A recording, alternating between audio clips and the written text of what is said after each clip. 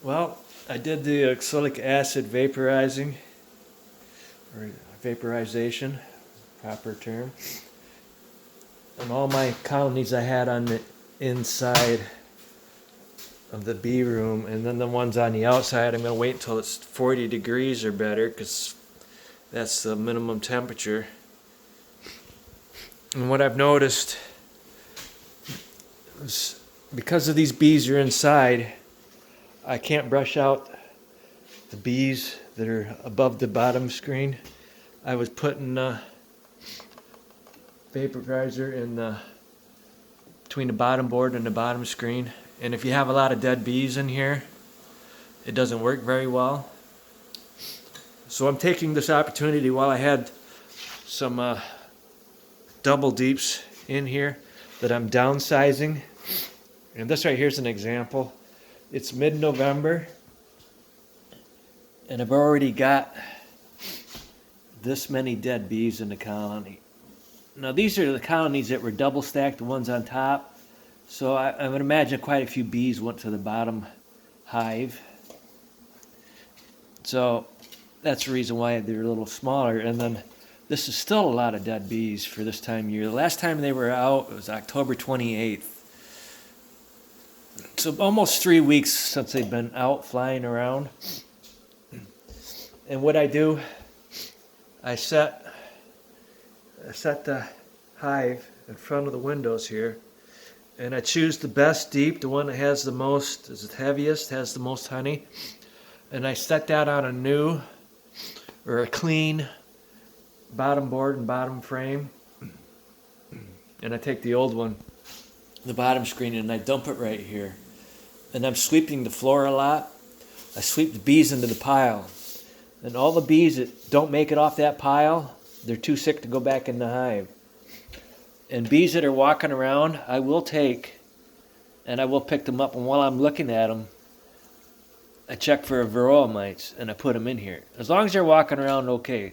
But if like that one right there, I'll flip it over here to this pile, and if it doesn't make it off that area, I'm assuming it's too sick to go back in the hive. So I get all the ones that are walking around first, and then I put this on here. It's got a trap door. And then I gather up, and keep in mind I'm looking at every single bee when I gather it up. And I put it in there like that. And when I get too many in there, I come over here and I shake up the container, get them a little bit confused so they don't fly out.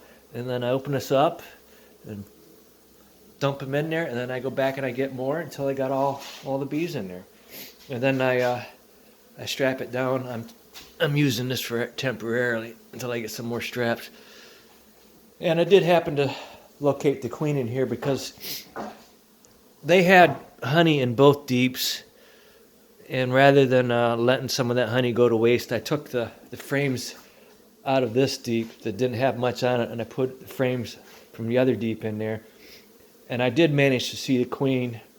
You know, you don't want to be messing with bees this time of year, especially the queen, because she can fly. And if you accidentally step on her, that's it. You've lost that colony. So I kind of figured that queen was in those frames. So I looked, and I didn't brush off the bees. I just took out the frames that didn't have much honey, and I carefully slid them in place with the queen on it. So I know she's okay in this colony. But I'm really questioning, was it because that Formic Pro formic acid didn't work? Like I've said in other videos, last week I saw mites on when I looked in here,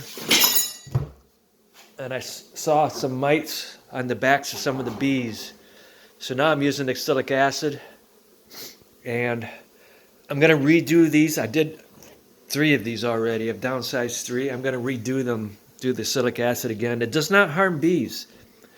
That's a plus, because that Formic Pro formic acid kills bees and it kills your queens. So this is basically downsizing during the winter in my bee room.